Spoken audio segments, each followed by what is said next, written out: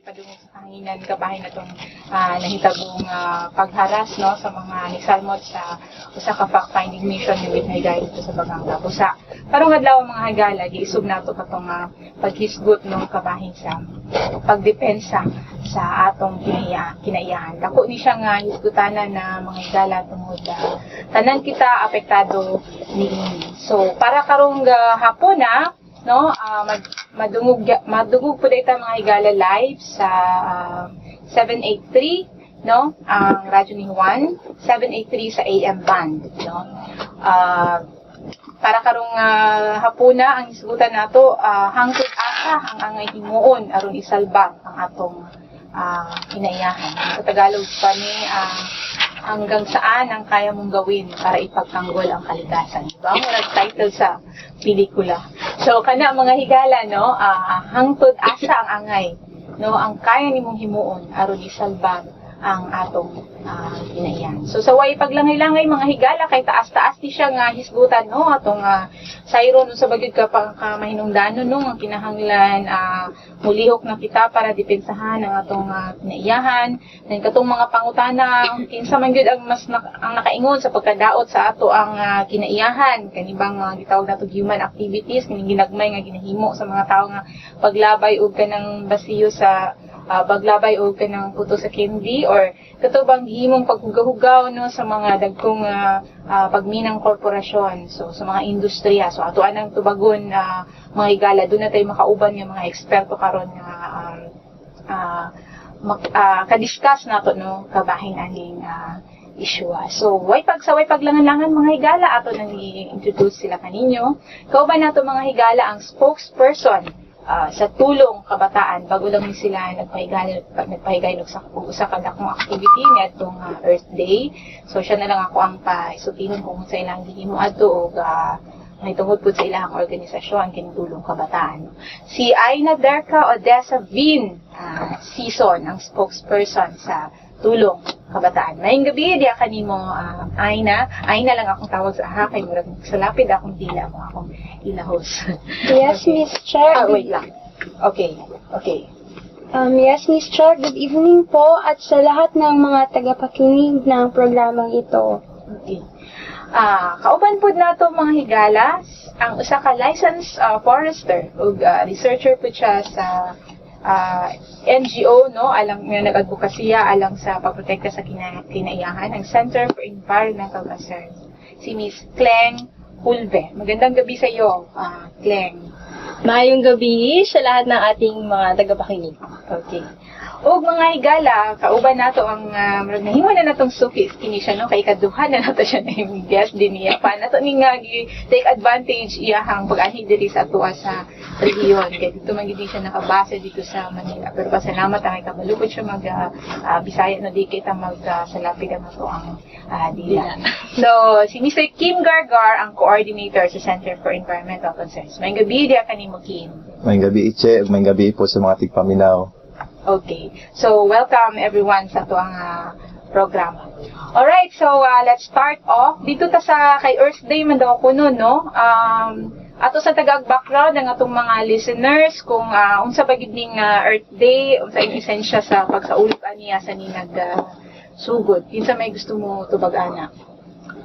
Kaning Earth Day, sa tinod lang no wala ko nakaandam karon sa research, pero kung atong tan-awon sa internet masubay man nato kung sa tuigan ni siya kasugod. Pero ang importante sa pagsaulog nato sa Earth Day, atong ginatagaan og pagtagad ang kaimportansya sa atong kalibutan nga usa ra ka buok no nga sa tinuod lang unya siguro atong masaysay nga unsa ang nahitabo sa iya nga nagaguba na siya.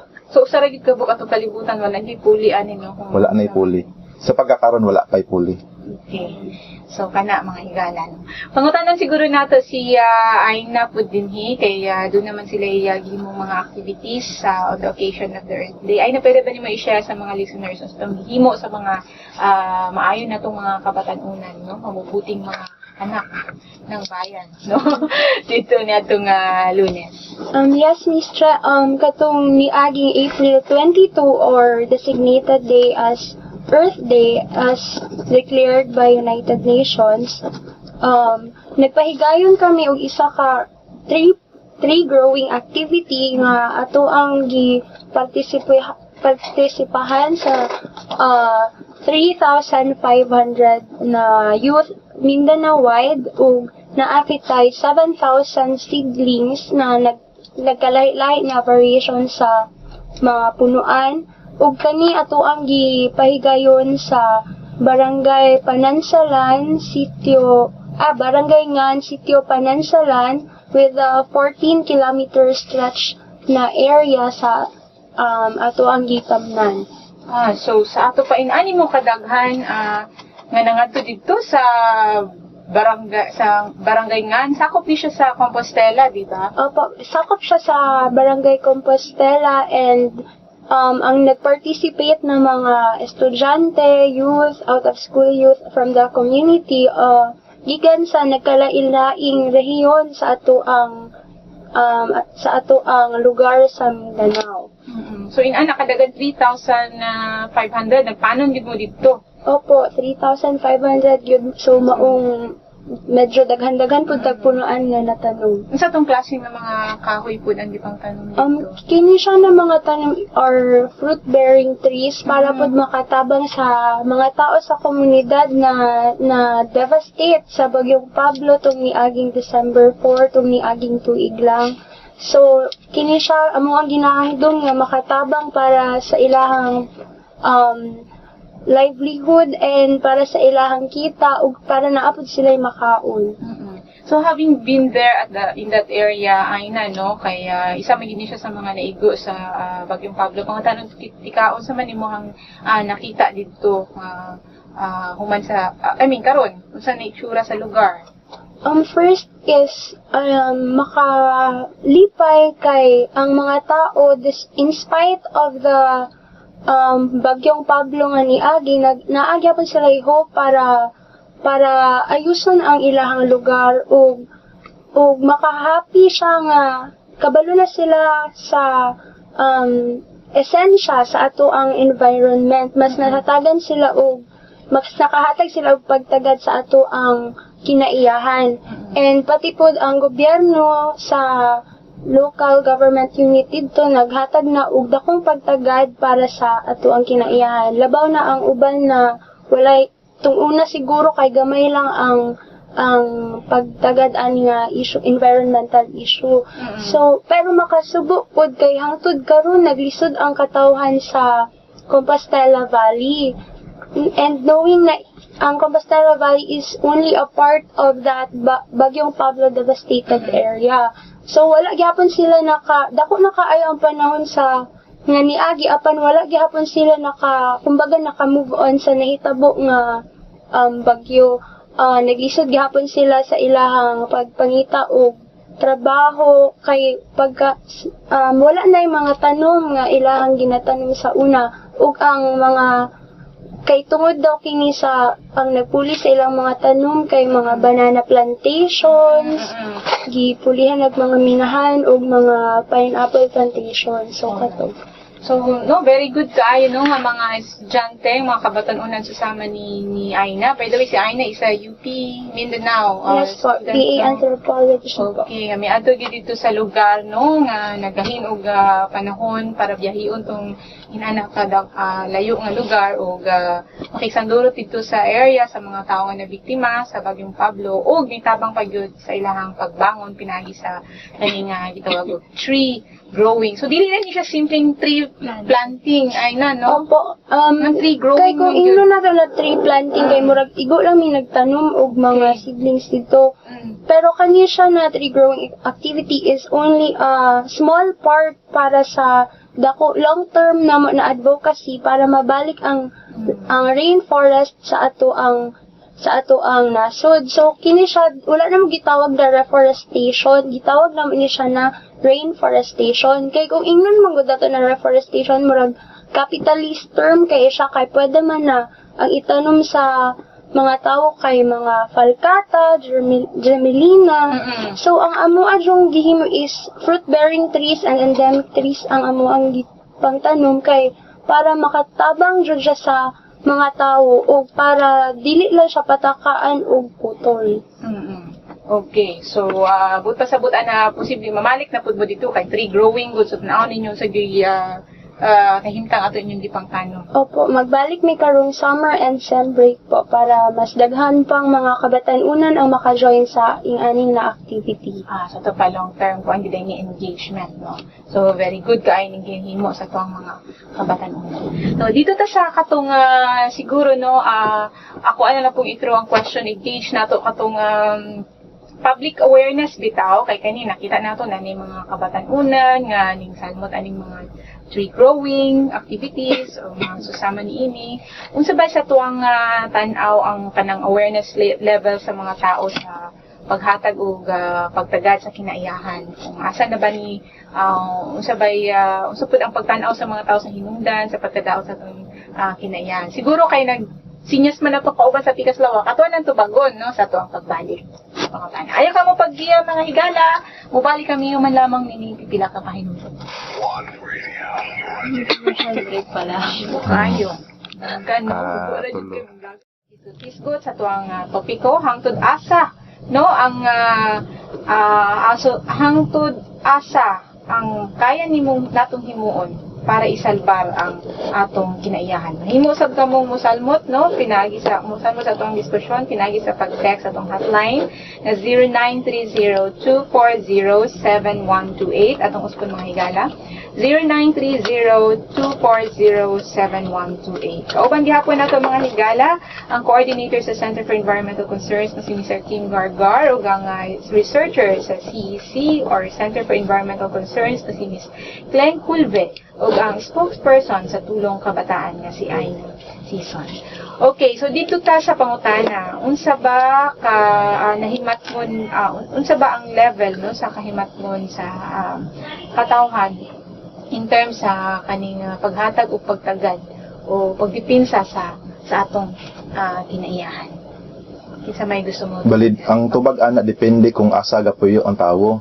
Kay ang kung naka sa syudad ang environmental damage manggod sa tinod lang kung mga baha-baha no lahi po lang environmental damage sa syudad kumpara sa bukid no. Labi na kung mga bukid nga ay mga minerals na napoy ka ng threat no sa mga mining operations so lahi po lang ilang awareness dito so depende kung asa dapit ang tao gapuyo so daghan tag mga makuha nga makutlo nga mga lessons sa mga kalain-lain nga community sa tibok Pilipinas. So Ersing diri sa Pilipinas asa bay mas daghan ang namuyo dito sa bukid o namuyo sa urban? Siguro kung sa atong survey mas daghan man gid diri ang mga kanang mag-uuma no. So siyempre ang mag-uuma wala man sa syudad. No, so mas maingon nato nga nagid sa kabukiran ug mga sa rural areas ang mga tawo. Makaingon ba ta nga among sa katong mga nagpuyo sa mga kabukiran nana ba sila ka-aware na? Siguro si Kleng, pwede maka-share. Yun, magandang gabi sa ating lahat. Actually, according to study ni Dr. Pulhin ng UP Los Baños, nasa 20 million Filipinos ang dependent sa forests. At karamihan sa mga ito ay mga IPs or katutubo, indigenous people. At yun nga, kung pagbabatayan lang din yung awareness nila sa mahabang proseso ng kanilang pamumuhay, kapiling ang kalikasan, talagang matindi yung kanilang appreciation dun sa kalikasan. Kung titignan nga natin, pag-aaralan natin, nakaugat yung kanilang katutubong kaalaman or yung indigenous knowledge system dun sa mga kabundukan, kalikasan at iba pa. At kung ano lang din, meron tayong mga environmental defenders na mga katutubo or forest dweller at isang halimbawa na nga dun ay si Macling Dulag na leader ng mga Ifugao sa norte. At sa kasawiang palad, actually siya ay namatay noong April 24, 1980 bilang protesta doon sa Chico Dam na itatayo doon sa lugar nila. So sinasabi natin ngayon na mataas na yung concern, awareness no sa pag-defend ng ating kalikasan. Sa yugto na marami nang namatay, marami nang pinatay no sa dahil sa kanilang pag-defend no. Pero maitanong pa rin natin, bakit sa kabila ng ganito, bakit parang nahihinto ba yung pag-abuso sa ating kalikasan? Kahit na masasabi nating tumaas na nga yung awareness. Oo. Siguro, pwede natin siyang ugatin doon sa iba't ibang mga polisiya or mga policies na pinapatupad ng ating pamahalaan hinggil sa paggamit sa ating likas yaman. So, meron diyang iba't ibang mga batas. Magsimula tayo noong before, American colonization noong 1935. Ano ko na lang din, in historical context, medyo maiksi lang naman. Noong 1935, meron tayong tinatawag na Regalian Doctrine. Sinasabi nitong Regalian Doctrine na lahat ng timberlands, lahat ng kalasangan, lahat ng forest, ay pagmamayari ng estado, ng state. At kung makikita natin, nagko-collide ito doon sa paniwala natin na merong mga ancestral domains yung ating mga katutubo. Ibig sabihin kanila yon. Yutang kabilin kung ano pa. Tapos, hindi doon natitigil. Before that pa pala, nung 1904, inintroduce yung modern logging techniques sa mga Pilipino. Ay, sa mga, actually, hindi mas mga Pilipino, mas mga foreign logging companies yung pumunta sa Pilipinas at talagang umubos. Sa ngayon, meron pa din dyan yung PD 705, yung Revised Forestry Code, nandun yung Mining Act of 1995 na nagpapahintulot ng malakihang pagmimina sa ating mga kabundukan at kalikasan. So, kung titignan natin, ang yaman-yaman talaga ng Pilipinas kasi may nagsasabi na noong 1521, 90% or 27 million hectares ng ating mga lupain ay kalasangan, ay forest land, timberlands talaga. Tapos, noong 1900s, 70% na lang yung natira. So, 21 million hectares na lang siya. Mahigit talaga natin yung trend na pababa. So, noong 1950s, naging 10 million hectares or 49.1% na lang siya. At sa kasalukuyan, nasa 6% na lang ang ating forest cover. Wow. So, mga ilang hectares na lang ito? O, ilang ektarya na lang ito.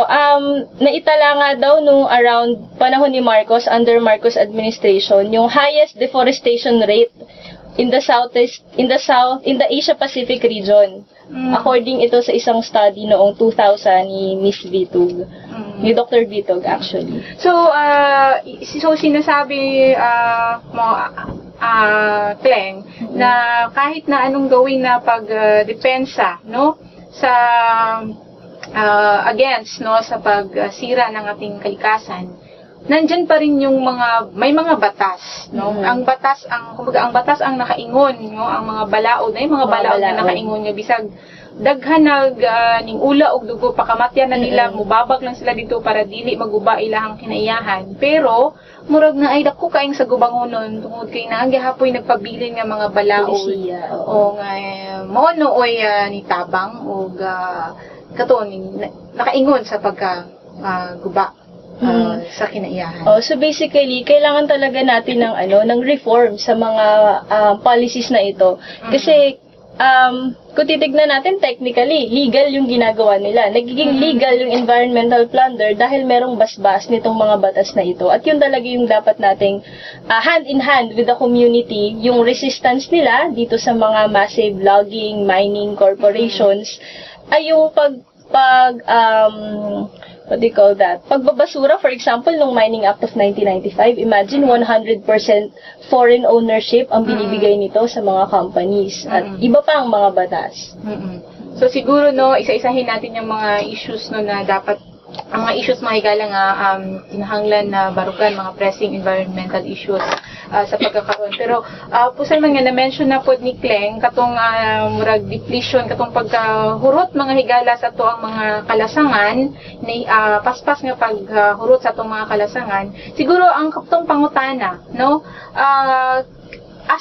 Kinsa man ang nakaingon aning pagkahurot sa atong mga kalasangan? Kinsa ba? Ang katubang mga gitawag og ang human activities ba nga giingon nga mga tao diha magputol og kahoy mo bay nakaingon pag hurot ana or duna bay lain nga mga rason no nga mo di nakaingon ana. Sige, isa may gusto mo tubag ka? Siguro kung sa ako lang i-mention no ang dili lang kalasangan ng ato ang resources na apod tay katubigan, na apod tay kanang source sa energy sa kuryente, na atay mga minerals no na mention na ganina. Tapos ang mga yuta kay kanang tambok kaayo para sa mga tanom para natay matubuan nga pagkaon. Plus na apod tay mga gagid kay palibot sa to ang dagat nga kuan pug kaayo kanang dato pug no ang bahandi nagbahandi dira nga makuha sa atong pagkaon ug uban pa nga mga gamit nato para sa atong kinabuhi, no. So kung sa plunder, environmental plunder, daghan tag masite nga mga case sa recent ug sa atong mga niagi nga mga tuig. In fact, maako lang i-mention na katong sa bag-o lang Tubataha. Okay, kaning Tubataha manggod na natural national reef, Tubataha Reef National Park. Importante kay ni siya sa mga mangingisda.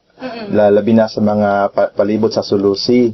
Kaning Tubataha akong hinunduman ninyo na igo ni siya, no, nabanggaan sa kaning barko, no, warship sa US Navy, tong USS Guardian. Ug karong adlaw naibalita nga ang mga environmental groups nag-submit og request og writ of kalikasan og nahatag, no, ang sa Supreme Court kagahapon lang ang writ of kalikasan para ma-determine sa ng Court of Appeals kung criminally liable ba talaga ang US Navy. So kaning Tubataha usa lang ni siya sa itong mga bahandi, nagdaghan pa kani atong mga kabukiran. So dili pagiday katong pagpinda, no, katong pagsulti nga US ang nay accountability ani kung dili i-determine pa. O dili pa, pero kani one step na nino nga at least na nahatagan ta sa Supreme Court kanang muraog space ba nga makapadayon ta sa atong pagsingil ba atong kinsa gyud aning Tubataha. So kung sa mga resources lang kinsa magid ang nagplunder, makita nato nga ang trend ani kaning matawag nato nga mga giants,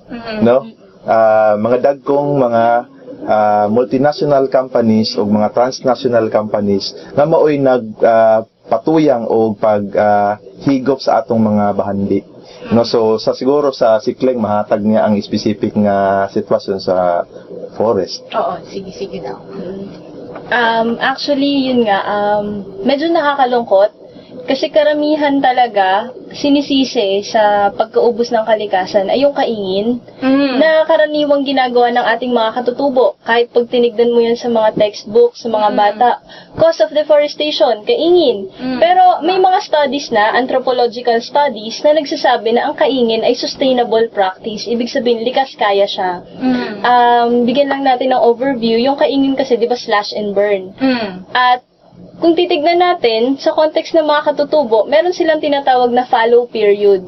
Kumbaga, itong particular na lugar na ito, na maliit na lugar lamang naman for their subsistence, ay sasaka. Siyempre, puputulin nila yung maliliit na puno, susunugin nila yung lupa, magtatanim sila.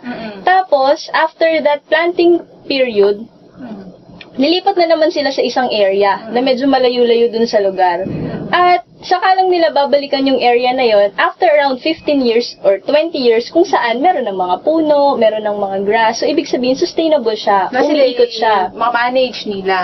Na-manage nila. Kasi kung sila rin naman, tignan natin logically, kung sila yung sisisihin natin sa pagkaubos ng mga kalasangan, bakit nabuhay sila ng mahabang panahon for hundreds of years, pero maayos yung gubat? Pag tinignan nga natin in historical context, di ba, historical context rather, nag-introduce ng mga machines for loggings, nagkaroon ng mga policies for loggings, mas naubos. So, maire-relate talaga natin siya doon sa mga polisiya, mas hindi pa doon sa mga katutubo, kasi may ituturing nga na sila talaga yung nagprotekta at nag-alaga nitong mga gubat na ito sa mahabang panahon. So, klaro, no, nga katong ginaingon na, katong mga higante, no, o dili ang katong mga kinagidjut, ginagmay nga gibuhaton sa mga lumulupyo, mo'y nakaingon na ning pagkaupaw sa tuang kalasangan. Ay, siguro ta mag-commercial break, no, para sa tuang pagpadayon, atong hisgutan tong, sa atong pagbalik, hisgutan nato tong, sa tong nahimong epekto, no, sa pagkahanaw sa tong mga kalasangan, no, kung sapod katong uban nga mga environmental issues na giatubang sa nasod karon og diri pod particular sa atong region. Pero una ta mag-commercial break, basahan sa nato ning mga texters nato gikan kay 1577. Good PM, ma'am. Ang naguba sa atong kinayahan ato ra pong gobyerno, laging mining ang gobyerno karon, wala naglantaw sa mga pobre. Okay, dagan kay salamat kanimo 1577. Okay, gikan kay listener 7027. Good evening. Nice topic about kinaiyahan. Dapat jud nato pangalagaan ang atong kinaiyahan, pero ang panghitabo kung may calamity nga moabot, wala tay mahimo kay kana pagbuot sa kapanahunan. sa mga panghitabo katong bagyo nga grabe ang pangdaot sa kinaiyahan. Siguro no pwede po nato i-share no natay mga information ani no ato siguro ning hisgutan po sa unahan. What about the katong mga bagyo kay dito man ta maghisgot unsa ay mga epekto aning pagkahanaw sa kalasangan. Sa atong pagbalik ayaw ka mo pagbiya mga higala, mo balik kami human lamang nining pipila ka pahinungton. Kaya natong himuon aron isalbar ang atong kinaiyahan. So, kadtong sa pangutana no, unsa man ang epekto no sa maong pagkahanaw sa mga kalasangan kay ato man tong nahisgutan ganina katong unsa ang katong mga nagunang hinungdan no sa pagkahanaw sa atong mga kalasangan pagkaguba sa atong kinaiyahan. Na-mention man to ganina no nga dili katong mga sa ginagmay katong mga dagko no mga kanang logging, nag-mining sa itong mga kabukiran, sila gyud ang numero 1 nga nakaingon sa pagkadaot o gani gi-mention diri sa to ang guest nga katong kaingin dili man kana kay sustainable man ang paagi sa gihimo sa mga lumulupyo sa mga area. So kato no, unsa ba ang nahimong epekto sa pagkahanaw sa atong kalikasan? Siguro dito ta sa unsa kay unang-una sa tao, unsa unang mosulod sa iyang unang-una kung pangutanon. So ba ang epekto sa pagkawala sa pagkaguba sa kinaiyahan? Siguro kung atong dili wala matagahimog survey no, pero kung based lang sa atong mga kanang ordinary nga conversation ba, makit-an nato nga pag mayong ka o kanang pagkahanaw sa kalasangan ang automatic gyud nga mahinumduman sa tao mosulod siyang unahuna kaning baha. Kung mahinumduman nato atong sa Ormoc bitaw no, mga pila ka tuig ang nilabay, daghan kaayo ang namatay ato sa Leyte no, kay ang unang gibasol dayon ato katog yung lagi nga sakto man pod. Katong grabe nga indiscriminate logging ang gibuhat dito sa Leyte. O kaning diri sa atong area sa Davao no, Davao Oriental, Compostela Valley, ato pong masulti nga kaning baha mo siguro mo sulod gyud sa una-una sa tao. Although tinuod lang daghay klase nga distraction no, natay gitawag nga landslide, natay kung sa technical terms mga geologists na pa sila ibang klase nga mga disaster na gitawag nga debris flow katong nahitabo sa barangay Andap, New Bataan. So makonsider to siya nga debris flow nga grabe ngilngig kay nahitabo didto, daghang kay natabunan nga mga balay ug mga tawo nga naanod sa mga bagyo mo tana ko king unsa ba na mo na ba na ang epekto sa kay di man nato na ma-imagine sa una nga ang bagyo epekto na siya sa pagkadaot sa kalasangan sa ba epekto ba gid na siya matawag nato nga epekto siya sa kaning pagkawala sa atong mga lasang kay sa tinuod lang kaning bagyo manggo daana na siya natural na siya nga lihok sa hangin diri sa Pacific Ocean ug uban pa nga mga dagko nga dagat sa atong kalibutan. So diri sa Pacific Ocean kay mo man ni ang tapad nga dagat nato no, ang bagyo nadira natural na siya nga galihok no, sa palibot sa Pacific Ocean. Pero kaning niigo sa Mindanao, kaning bag-o lang nga bagyo nga Pablo, matawag nato ni siya nga extreme weather event nga murag dili ni siya basta-basta ba nga moigo diri nga dapita. Kay maingon nato ni nga usa ni siya ka karakteristik sa gitawag nato nga climate change, kaning pag-usab sa ato pag-init sa ato ang hangin sa tibuok kalibutan. Nga ang epekto ana kaning greenhouse gas pagdaghan pag-accumulate sa greenhouse gas sa ato ang kahanginan. O kaning kung tanaw nato kaning carbon dioxide mo ni siya ang primary nga greenhouse gas. Kinsa man ang mo suyop aning carbon dioxide, di ba kani atong mga kalasangan ng carbon dioxide unsa man kana atong igawas mo ginhawa tag oxygen, di ba? Atong igawas nga hangin na carbon dioxide na siya mainly. So kanang mga sakyanan pod ana naapon na sila yung mga carbon dioxide. Okay. Kanang mga pabrika, coal-fired power plant, daghan na sila ginabuga nga mga carbon dioxide. Ug uban pa nga mga pagsunog sa gitawag nga fossil fuel no, sa mga youth, mga dato nga mga nasod. Sila ang kusog kaayo mo gamit og fossil fuel. Ang product ana is kaning greenhouse gas, mainly carbon dioxide. So nanaghana na siya ang carbon dioxide sa kawanangan. So kung mahurot ang lasang, gamay ra pud ang musuyop ana kay ang mga kahoy man ang musuyop ani mga carbon dioxide. So pagkawala sa lasang makapagrabi pa sa climate change. Muna nga mas mudaghan ang bagyo, mas mupaspas, mas masigit ang igo, mausab po ng ihang direksyon sa bagyo. So katong nahitabong Pablo, nag-usog dito ang direksyon sa matuwag nato nga indirekta siyang epekto sa pagkawala sa atong mga kalasangan. Okay, wala may ginagidua og bagyo, dihang dapita gyud. Pero sa tinuod lang, Sa una pa kayong pilap na kadekada. sa tinuod lang, bisan patulog bagyohon ang Mindanao, pero kung baga ang kalasangan, siguro ang damage nga mahimo sa mga tao, minimal, no, mamitigate ba?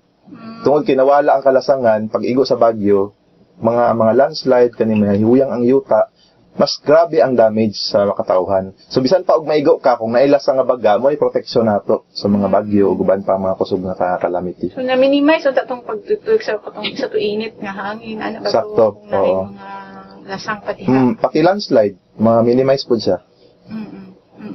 So, murag it appears ka usama gid sa mga kuan no kanang nagunang katong mga issues gid karon no ang sabay kining pagkawala gid sa tuang mga Kalasangan, oo.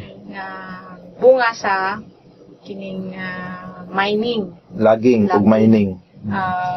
laging og mining. So, kaning mga kuan ba? Kaning isgutan nato ning mga mining ba? Unsa ba gid ang kuan ani? Anong pwede ta maka kuan nganong unsa bay kanang kabahinan ani sa gobyerno? Okay sabay dapat atong tan-awon diha nganong nakasulod ning mga mining. Sa karong bag-ong na mention na ganina ni Kling, no, nasulti na niya atong Philippine Mining Act of 1995 nga nagtugot sa mga langyaw nga korporasyon nga magmina sa ato ang nasod. Pero naibag-o pod nga sa kung mainumduman nato ang Supreme Court, nag-declare siya pila ka tuig ang nilabay nga unconstitutional ning Philippine Mining Act 1995. Pero pila ka bulan ang nilabay, iyang gibali ang iyang desisyon nga iyan ang giingon nga constitutional di ay ang Mining Act of 1995. Kay tungod grabe ang pressure o lobbying sa mga mining companies, no, kaning mga dagkong foreign mining companies sa atong gobyerno. Labi na ang mining di ay once na declare na siya nga dili siya kaum sa konstitusyon. katong Mining Act 1995, katong balaod. Tungod kay Bawal manggod sa atong constitution nga mag-angkon ang mga foreign companies og 100%. So nya kay nakabutang dito sa Mining Act of 1995 nga pwede sila nga mo huli. 100%. sa to pa di ay pananglitan unsa man tong naibawan nga mining company karon SMI mga or Augustus Mining or Russell Mining. So Felix Mining. meaning 100% nga makapahimulos ang mga tag-iya aning mga Mao, kumpanya oo. ang mga langyaw. O ang profit. Kinaiyahan. Oo. Hot doon nila ang ato ang bahandi, sila ra po ang So, mabulahan. kasi nahitabo nga, unconstitutional man ka ha, ngano nagpabilin man natin ha? Kaning at mo lagi gibali sa Supreme Court ang iyang decision. Iyan ang gi-declare nga balik nga constitutional di ay ni, no. Tungod ni sa lobbying sa mga dagkong mining So, company. nag-flip-flop siya. Niingon siya at one point na unconstitutional, pero sa sunod na po, yung anak na po siya nga, uy, okay ra di ay. O pagkapila pod ka tuig ang nilabay si Presidente Noynoy naa siya gi executive order 79 kung wa ko na sayo nga gahatag no og permit sa mga mining companies. So mga around 800 mining permits ang gihatag tungod atong executive order ni Noynoy Aquino atong 2011. So imagine nimo 800 sa tibok Pilipinas, mahurot ang atong mga bukid. Kay ila magyun ang tapyason ug kwaon ug ihatod na nila sa barko para ma-export na nila dito sa ilang mga nasod ug ilang i-process himo nila mga metals ug uban pa nga mga parts para sa ilahang mga industrial activities. Ang kanunay manggod ginaingon ana is ang mining daw kuno makaayo daw sa kinahanglan sa atong ekonomiya, sa atong industriya. Nganong atuwa man ang babagan, no? So sakto. kanunay ginaingon. Sakto gyud nang imong giingon kay ang ilahang argument gyud pero may kay nganong babagan man nato ang mining mao man ang kinahanglan nato para sa industrialization, di ba? Pero kung makahatag man kuno siya og trabaho, pero tan-aw nato ang data bitaw sa gobyerno, gamay ra kaayo ang employment nga nahatag sa mining kumpara sa uban nga mga industry like service sector, kaning call centers o kaning agricultural na mga companies. So dili tinuod to ilang giingon nga makahatag siya og trabaho og sa income, no? Kaya kaning mga mining companies natagaan silang incentive. Ug tanaw na to ang income sa gobyerno tungod sa taxation aning mga mining companies, gamay ra kaayo ang nakuha nato nga mga kuan kanang kita, no? Moingon ta nga mga 1.2% lang sa atong GDP ang nakuha nato sa mining operation. So dili ni tinuod ilang giingon nga makita ta aning mining. Kay sa tinuod lang ila ra man guning idadon sa gawas ang atong mga yuta, no? Kung tinuod nga makita ata, dapat magtukod sila diri og mga industry. Diri na lahimuon ang ilang mga downstream nga industry sa mining. Muna ang tinuod nga gitawag nato industrialization. Sa to pang giingon nimo mo nang mo nang nahitabo nga naay nakasulod diri nga mga dinagkong mga foreign companies, mga langyang kumpanya, no, nga mo'y nagmina diri sa tong nasod. Ning latay sila anang Philippine Mining Act, no? Sakto. Kana ang hinungdan nganong nakasulod. So sa likwaot kay no nga tuwa man unta ng balaod sa Pilipinas, pero murag ang gawas Ang nibulahan ang mga langyaw. pabor pa man ninuon sa ilahan. So ang mining gyud ang usa sa mga dagkong issue karon, no, mga pressing Sakto. issues karon. Siguro ato pangutanon pud si Aina, no. Unsa sa inyong tan-aw sa mga kabatan-on sa bitan ana to ang mga pressing mga issues karon nga angay barugan, no, environmental issues. Siyempre, maingon nato na katulagi ang mga environment issues gaya ng sa illegal, ay sa logging at saka sa mining. Issue din, hindi lang yung issue ng mga matatanda. Actually, issue din namin siyang mga kabataan. So, parang walang pinagkaiba kasi pareho naman din tayo na nakatira dito sa isang mundo. So, kung ano man ang epekto nito sa mga matatanda, ganun din po sa amin mga kabataan. Okay. Ato aning pagtagad pa no ang isa ka tester before ta mo break kadali, no, kay related man gud ni sa kaning nga topic. Ang dakong pangutana gikan kay listener 7027. Ang dakong pangutana nga nagpabilin man ng mga laging-laging sa kabukiran ug mga mining. So humingkag laging-laging katong mga ginagmay no nga pagputulog mga kahoy, no? Masayo kung mo ba niyang pasabot ani. So ngano nagpabilin man mga lagi-lagi sa kabukiran o mga mining nga kana unta dako kadaot sa atong kinaiyahan. Tungod ba kay ang nagpaluyo mga opisyal sa gobyerno? Okay.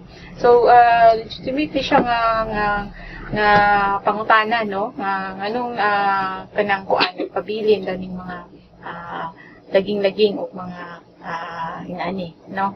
So draw niya diri basic posible ba nga na po yung mga involved ani ng mga opisyales. Siguro so itakal ba na nato karon or pagbalik na lang nato, no, before Siguro ta mag-break na ako lang may nasulti ba nga dili nato siya mabasol. Kani si listener no nga magpangutana ana. Tungod mong sa iya mga obserbasyon. So sakto ang iya pagbunahuna nga nakapangutana sa ana. Oo. So ning supervision nang karon maingon mo okay ang mining, pangutanan nako mao ni dili ba di ay na makadaot sa kinaiyahan. Okay, no? So ang ato na to gi-discuss ang mining kaganina nga katong gyud ang makadaot. Pero gi-differentiate nato katong mga laging-laging ngano nagpadayon gihapon na, pero katong gi-mention mo gud ganina kaning mga laging-laging ginagmay ka ng mga kumbaga magputol lang og kahoy ba para gamiton sa kanang ginagmay gud nga pang adlaw-adlaw. Oo. So katong pangutana ng anong nagpadayon gyapon ng mga laging-laging. Sige daw. Posible siguro kung ako pangutanan, posible nga kanang mga laging-laging, syempre kay panginabuhian man na sa mga, naman po yung nanginabuhian na nga mga lumulupyo dito. Pero dapat man ta, diba, naman po pwede mga kahoy nga gamiton para sa ilang mga pang-adlaw-adlaw. Pero ang tanawan din ha, katong mga paglaging, paghawan sa bukid, para pasudlon ang mina. Diba? Maugid na ang, di man siguro na makaapekto ka ng dili kay ganang ginagmay-gagmay lang. Katang tanaw na to, katong yung mga dinagko nga, puhon yun ang bukid. Tilokon yun ang atong mga kahoy. Dagdag ko lang, actually, kung titignan naman natin historically, yung mga katutubo naman natin. Sorry kung puro katutubo talaga kasi they're the forest dwellers for past hundreds of years. Nandun na talaga sila para they coexisted with nature.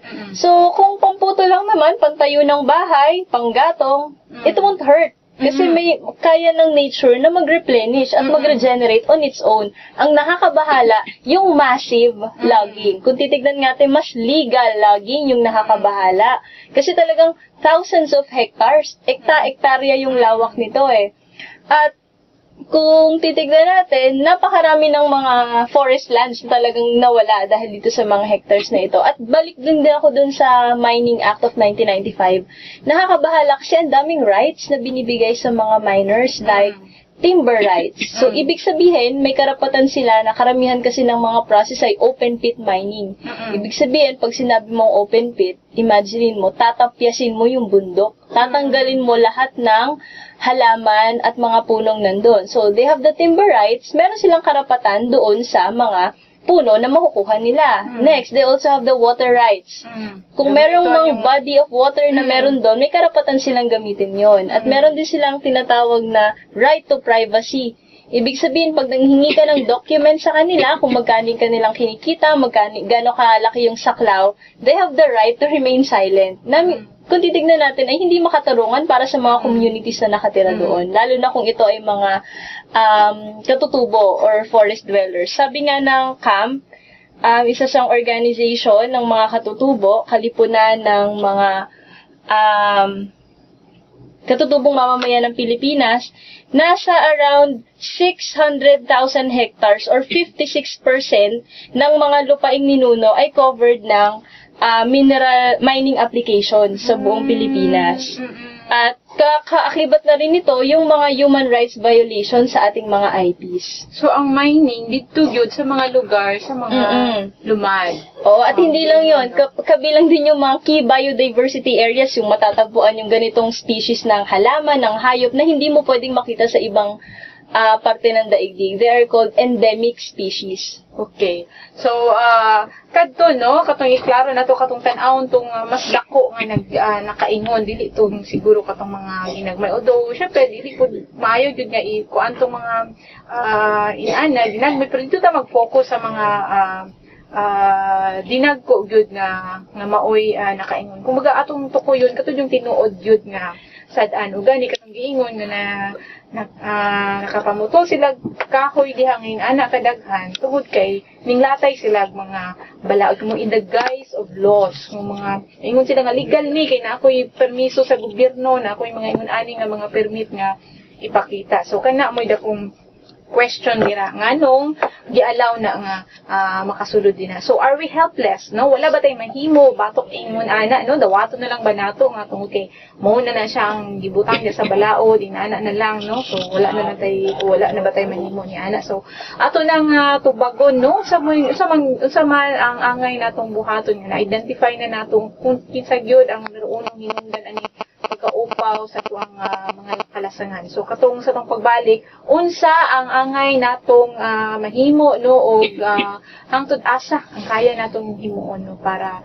ato ang isalbar ang atong kinaihan. Ayaw ka mo pagdiha mga higala mo, balik kami human lamang ninigipila ko pahin.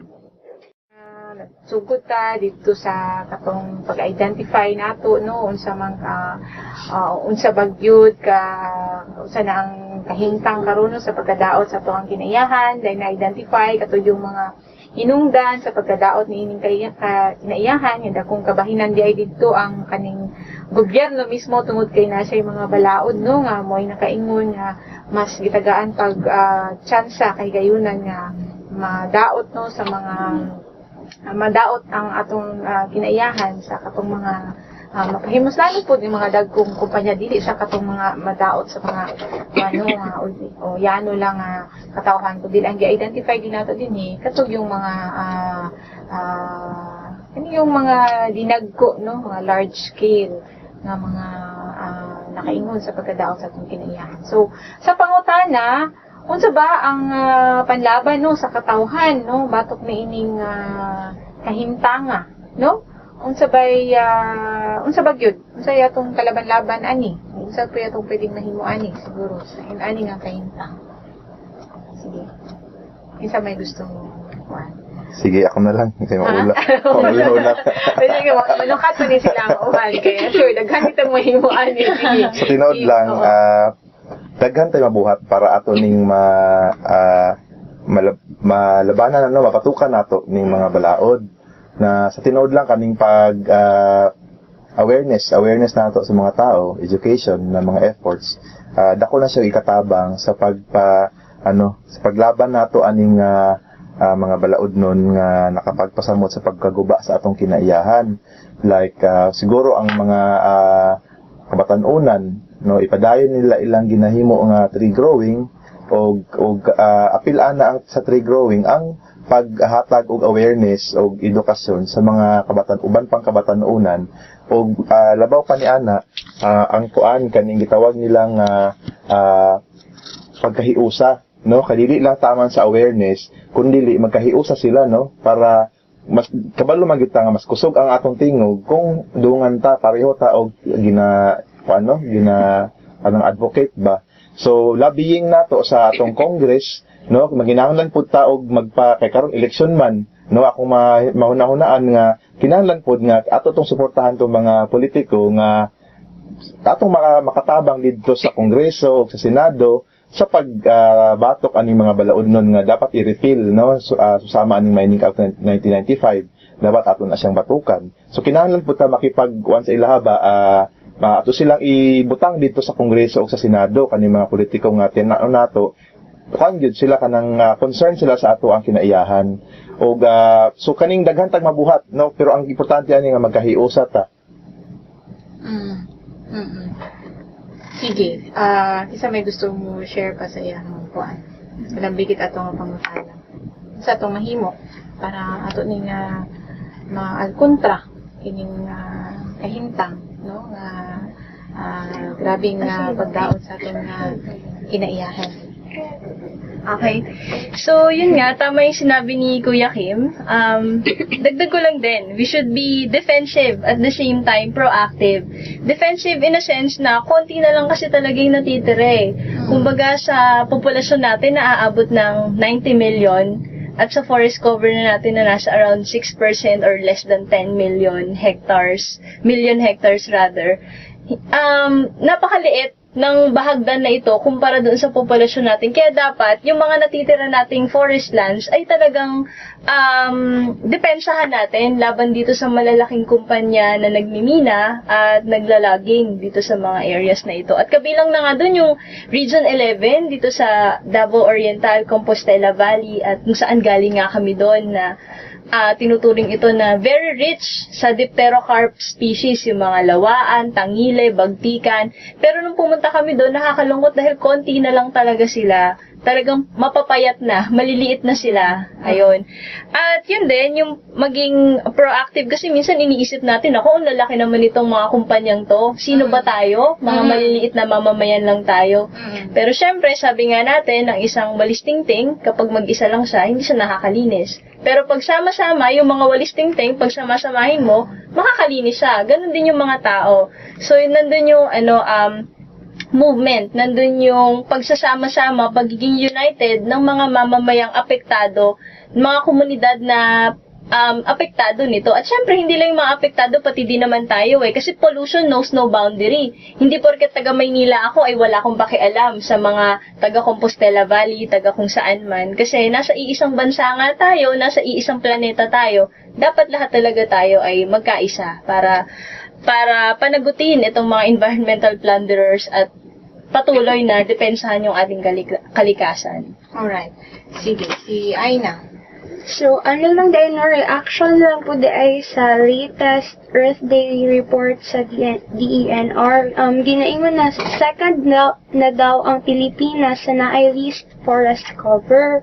So, kato ang reaction namong mga kabatanunan, dili kami musugot nga ingani na ang estado sa ato o sitwasyon sa Pilipinas. Kay kung tan-awon, ang Pilipinas usa ka bahandiano na nasud apan ang mga katawhan niining nasud kay nagkapobre ug ang padayon nga nagadato kay ang mga foreign companies, mga multinational companies nga dili man taga Pilipinas. So kaming mga kabatanunan dili mi muundang sa pagprotesta o pagbatok against sa mga state policies sa gobyerno nga walay klaro ug kanang mas ginapadaot ang ato ang kinaiyahan. Ug dili mi muundang hantod sa dili magpakita og tinuod nga sinseridad ang ato ang gobyerno sa pagprotekta sa ato ang usa lang ka kalibutan. So kato siya. So, sa katong pangutanan nato, hantod asa ang angay himuon pa aron isalbar ang atong kinaiyahan. Siguro parting ano nato ni parting katong words nga katong moment atong gilabay nga pangutana ang tud asa gyud ang ato ang angay himuon, no, para isalbar nato ang kinaiyahan. Mahirap pa na tanong yan.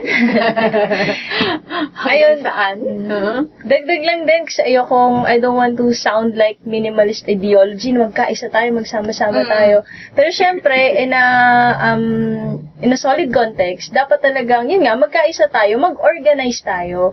For example, kung ikaw isang kabataan na aware or hindi pa gaano aware dito sa mga issues na ito, pwede ka sumali sa mga organizations. For example, we have youth org like AGHAM, yung Advocates of Science and Technology for the People. Kung ikaw ay isang siyentista at gusto mo talagang makatulong dito sa pangangalaga ng ating kalikasan, pwede kang sumali sa mga ganitong uri ng organisasyon. At syempre, sa sama-samang bilang, marami kayong magagawa. So, yun yung mas mensahe ko sa ating mga tagapakinig ngayon. Si Kim. Unsa galing ang atong problema karon? Tungod sa kadako ug sa problema sa kinaiyahan ba, no? Mura ma-overwhelm ta ba? Okay, nakaikuan pud ko ani Kim ba. I-throw na lang pud ako bago ta mag-end ba. Kay siguro no, kung ang mga tao kung namaguyuban nga nagpuyo labi na katong mga lumad na gi-mention no nga naabot na gid sila sa kahimtang nga sila na gid mismo ang mawala. Sila na gid mismo ang mamatay. Life and death na sa ilaha mo nang last resort nila, musukol sila. Siguro kung kita ma-realize nato nga life and death naman pud ni ang sitwasyon sa ato ang planeta karon, life and death na pud ang sitwasyon sa forest resources diri sa Pilipinas. So unang sa siguro ng awareness nga life and death, no, nga defend it wala siguro. Okay, di ba? Kanan ako lang na-mention mga higala kay karong adlaw man gud kinumdum mo sa kay Dagil Capion. Katong bilaan leader nga nagsupak sa pagsulod sa SMI diha sa Tampakan. Strata SMI diha sa Tampakan Tiblawan Davao del Sur.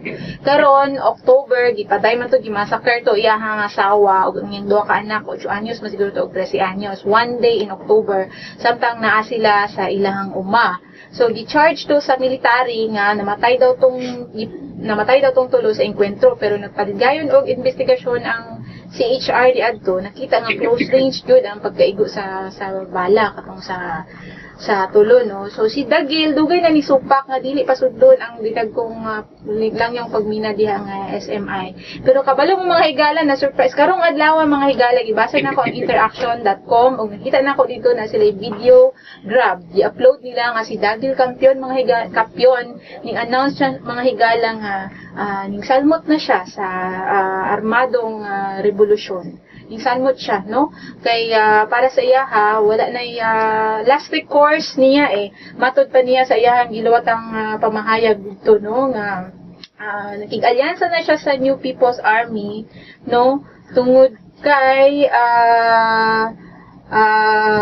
una lang kay sa to iyang kuan dire. Gusto na ako dili ko gusto masayop sa iyang mga kung ano di kay luwat ang pamahayag kay iyang magutong pamahayag, no? Ang kapakyasan daw sa gobyerno sa pagtanaw sa pakigbisog sa ilang tribo, sa pag-ilog sa SMI, sa ilang yutang kabilin, nagtukpod sa iyang nga mosulod sa NPA, no? O iyang state nga lihitin mo ang ilang pakigbisog kay gitipinsahan lang nila ang ilang katungod sa kaugalingong pamuyo, no?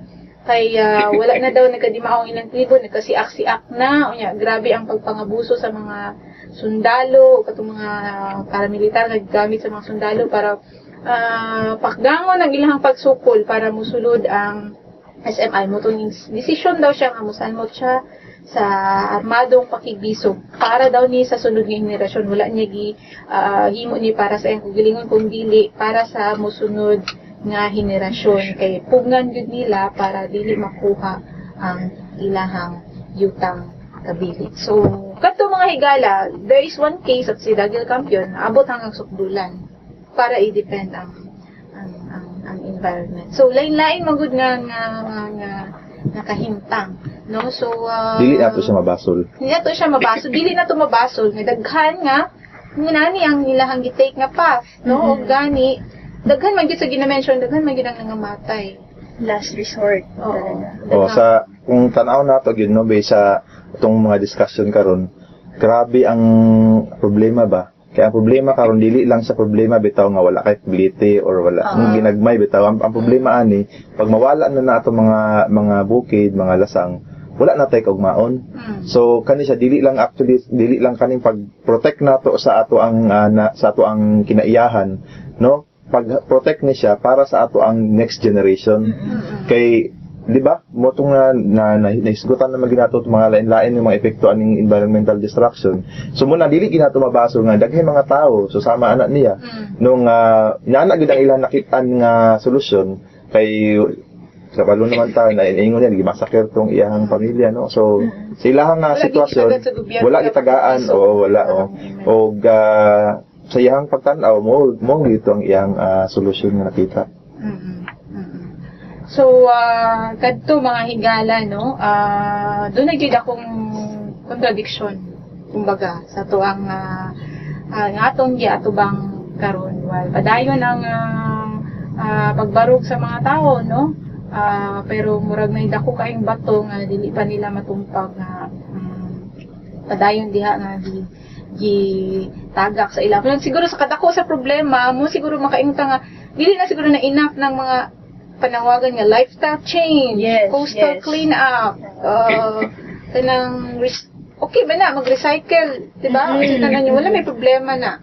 Pero sa tinuod lang kani mga gagmay nga mga initiatives, no, coastal cleanup, lifestyle change, nagyapon ni sa contribution. Siguro sa aspeto nga mas ma-aware ta sa problema. Pero siyempre dili ta dapat muhunong ana nga mga Hindi tayo dapat itigil dun na. activities.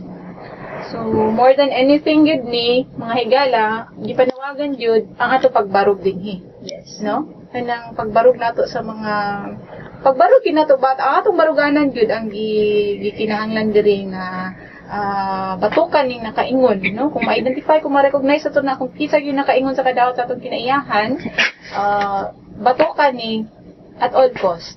Buhaton ang tanan, barugan kay sa gikaingon na usara ang ato ang kalibutan, usara ang atong kinayahan kung magguba kini, dili na nato mabalik ta og ato ang kinabuhi, no, ang atong existence, no, ang ato ang pagpamuyo, no, ang ato pagkatao, no, pagpamuhi diri sa kalibutan mo ay hilabihang maapektuhan. So aning punto mga higala, wa na magigita igong oras na exhaust na magiging extend na ta. Dako kay kagpasalamat sa itong mga nahinong guest karon, no? Daghang kay salamat kanimo Mr. Kim Gargar, ang coordinator sa Center for Environmental Concerns. Okay ka pa yan. Thank you very much. And Ms. Clem Hulve, ang atong licensed forester o researcher sa Center. Walang anuman, maraming salamat. At saka si Miss Aina Durka Odessa Bean Season. One kan yun na to. So, ito na nga pagkalito sa spokesperson sa Tulong Kabataan na Buhay. Okay, so mga higala, wanang tayong oras, kini si Chefiel, manamilit o maingon na lang kanatong tanan, no? Nga barog, huwana o huwa. Daghang salamat, may gabi ka natong tanan. One Radio.